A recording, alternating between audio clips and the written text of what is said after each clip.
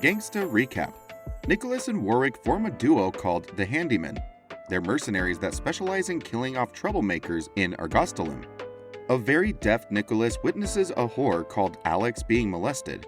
It ticks him off, but he does nothing in that moment. They run into her again after taking care of some hoodlums for Granny. This time, she's gotten punched and is bleeding. Warwick seems interested, but Nicholas anonymously throws her a handkerchief. The four fathers call Chad, the police chief, to a meeting and complain about a certain Barry Abbott and his disruption of the city. They pay him a good sum to get rid of him using neutral sources. Chad and Cody then head straight to the Handyman, where they discuss the terms of the agreement and get paid $3,500 in advance. Warwick sees Alex in the case file and hates that he'll have to kill her. Warwick finally talks to Alex. Apparently, she works for Barry, their target. He encourages her not to be scared of him anymore. The reason is because at that very moment, Nicholas is cutting down Barry's team one scumbag at a time. Warwick shows up just in time to shoot the rest of them. They have Barry for last. Alex shows up to meet a bloodied crime scene. She bursts into tears and shoots the corpse of Barry. Apparently, Chad had promised the Handyman the chance to keep a prize, and they decided that the prize would be Alex. Episode 2. Alex answers the phone now. Nina, their liaison with their boss, Theo, comes visiting. She thinks Alex and Warwick are having sex. The Handyman sit her down and explain everything. She then tells them that Theo has a job for them to kill off a tag. This is a high-level military assassin, just like Nicholas. She gives a pumped-up Nicholas his medicine, and they walk down together. Warwick then uses Alex as a distraction before killing off some bandits waiting to ambush Nicholas and Nina. Back at Theo's pharmacy, the tag threatens him, unaware that Warwick has already killed his men. Nina and Nicholas arrive in one piece, and this pisses off the tag. Nicholas gives him 3 minutes, and this man uses his immense strength to try and defeat him. Unfortunately, Nicholas is much faster and more skilled with a sword. After their back and forth, Nicholas cuts open his opponent's chest, and Warwick and Alex witness it. Alex is afraid of Nicholas. She asks Nina about it, but Nina says she's only afraid because she has no idea about Twilights. Twilights are drug-induced military mercenaries, also known as tags. The injured tag returns to his employer, only to get killed off. Episode 3. Nicholas has some packages to deliver for Theo, and Warwick gets Alex to help him out. She tries talking to Nicholas, but it seems like he's dodging her. Warwick had sent her away so he could do his gigolo side gig in private. The first stop is near Granny's, where Alex reads a paper about Warwick's family being massacred 22 years ago. It even implies that Nicholas was the mercenary behind it. After Warwick finishes with his client, she coincidentally drops him off in the same alley that Alex and Nico were passing by. She tries calling out to him, but stops when she notices the other woman. They deliver the next package to Monroe, one of the four fathers of Ergostolum. He offers Nicholas a chance to get back in business with him, but Nico turns him down. They then head to Big Mama's, a whorehouse where Warwick used to work. Apparently, she's housing a Twilight who's close to death. Warwick leaves there looking sad. Later on, Alex notices the same tribal tattoo she'd seen on Nico on Warwick too. She tries to leave for fear of the future, but only goes as far as opposite the house. Episode 4. A stack of bodies turn up in Ergostolum, and Chad hauls in Nico and Warwick for questioning. He doesn't believe they did it, but he arrests them so he can use Warwick to identify the victims. Back home, Alex plans to escape before she gets killed riding with the Handyman, but unfortunately, Barry's corpse hunts her. Apparently, Warwick has an epic memory, so as soon as Cody hands him the case file, he begins to connect the victims to different people. On the flip side, Danny Monroe is under attack. He calls Chad, telling him to send the Handyman his way. He does as he's told, but Monroe's men get attacked by a kid who's a Twilight, despite the 3 laws banning such an attack. Warwick and Nicholas then track down the Twilight's colleagues, killing all but one of them for questioning. Warwick thinks the Twilight is responsible for the stack of bodies in District 6. Nicholas then hastens to Danny's aid, barely saving him from the Twilight's attack. Both of them are evenly matched, and they prepare to face off. Episode 5. News reaches Sir Palkley that Doug, one of his Twilights, has gone after Danny Monroe. Warwick retraces his steps back to the hostage and tortures him for information. All this while Nicholas battles Doug, Twilight for hire. Nico surprisingly gets hit with a bunch of daggers, but it doesn't deter him. Doug quickly uses the chance to attempt Monroe's life again, but Warwick saves him, having made his way to the scene. Nico dusts himself off and continues to chase after Doug. This makes Warwick realize that Nico overdosed on Celebrair, hence his inability to feel any pain. Mid-battle, Sir Palkley, assisted by Ginger, shows up and disbands both Twilights. She shoots multiple downers into Doug and just 2 into Nicholas. This brings back his feelings. She abandons him and Doug in the alley, and Warwick is left to drag 2 passed out men out of the rain. Back in their home, Alex thinks she's paranoid. That's until a man with an umbrella turns up to kidnap her. Warwick successfully gets both Twilights to Theo's pharmacy, where he asks Nina for her help. Episode 6. The hostage Warwick had captured revealed that Uranus Corsica was going after Cristiano and not Monroe. Anyway, Monroe is left to mourn his dead, but he dotes on his guards to try and uplift the mood. Corsica has a secret meeting with one of Monroe's men, called Ivan, to discuss the outcome of Monroe's attack. Meanwhile, Nina nurses Nico back to health. He'd been lucky to not have any broken bones or even nerve damage, but the downer Sir Palkley had shot him with will delay his ability to walk.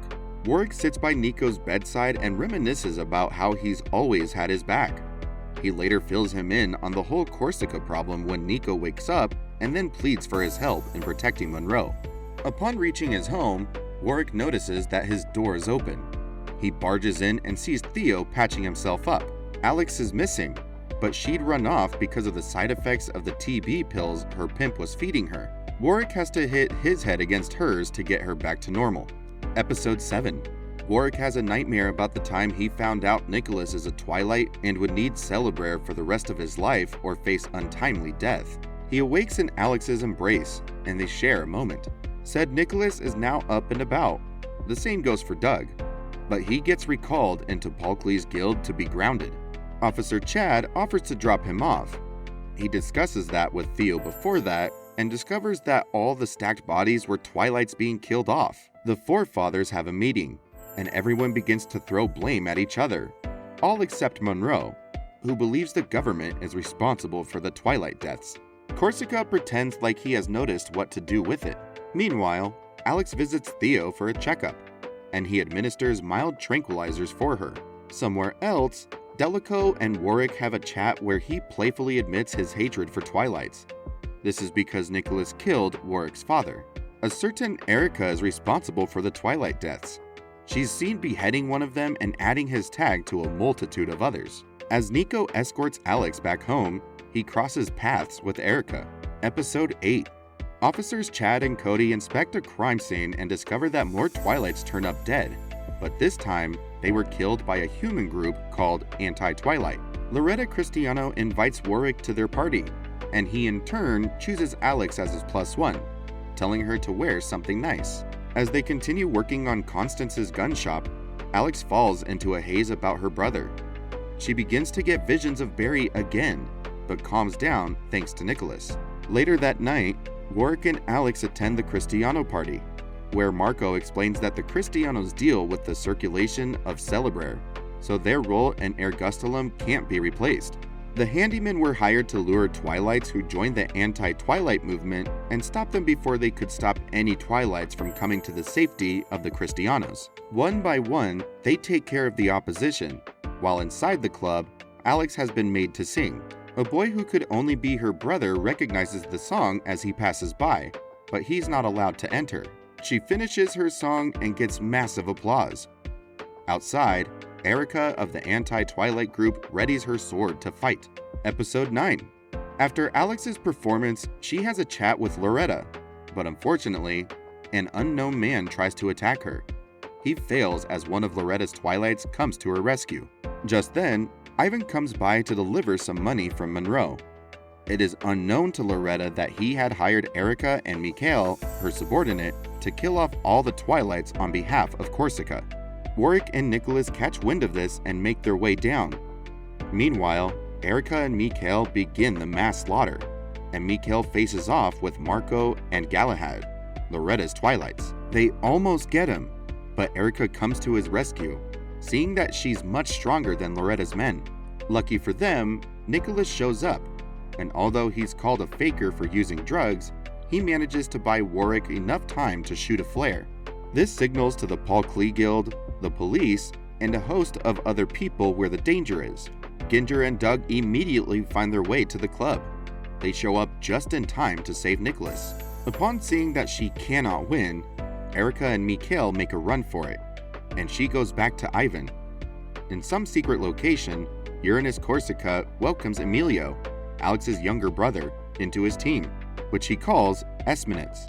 Episode 10. Nicholas, Marco, and some others converge at Theo's for different treatments. Here, Nina informs Alex that Theo is the only physician in the whole of Ergastulum who attends to Twilights. Warwick gets called to the morgue to see what he remembers about the murdered Twilights, and back at the hospice, Constance rushes in. Many others had no idea she was Marco's fiancée until this very moment. Later on, Warwick pays Monroe a visit and tells Delico that he'd seen his sister, Erica, at the club. She'd been abducted as a child, and he hasn't seen her since. Constance hands Alex a key, warning her that the next battle will be worse. She's nursing a baby survivor when Warwick comes home for a change of clothes. He bumps into a member of the Esminets but doesn't even know it. Galahad is having a phone call with the Paul Klee Guild about some support, but they get attacked by Esminets at that very moment. They send out Doug and two others to warn Sir Paul Klee and Galahad of the attack. The other two get butchered like it's nothing because of their opponent's unimaginable speed. Ivan finally reveals himself as a traitor. He points a gun towards his boss, Danny Monroe. Things worsen during the fight, and only with the sacrifice of a Twilight named Ed does Doug manage to escape. Episode 11. Yang accompanies Delico in search of his sister, regardless of the trouble it will get them into. On the flip side, Loretta finds a suitable home for the baby.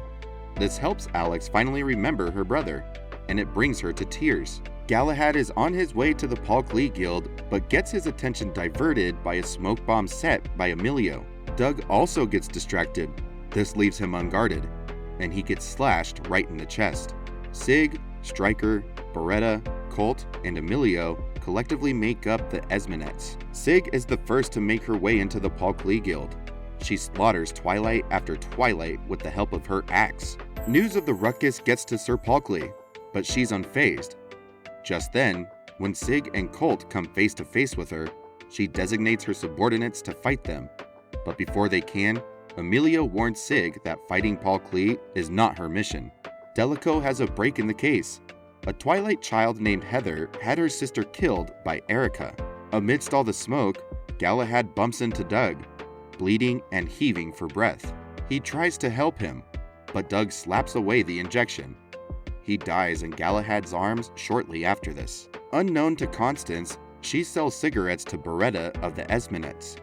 After disclosing that she knows some people in the guild, Constance gets kidnapped. Her fiancé runs to her store, but he's too late. Episode 12.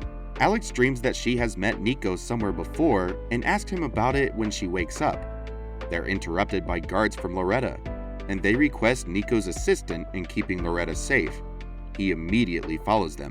Upon getting to the club, Granny Joel is seen beating the shit out of Marco for letting them get to Constance, and Nicholas manages to stop her. Back in Monroe's place, Miles and Warwick patrol the building, and while they're talking, Warwick connects the dots that Ivan may be a traitor.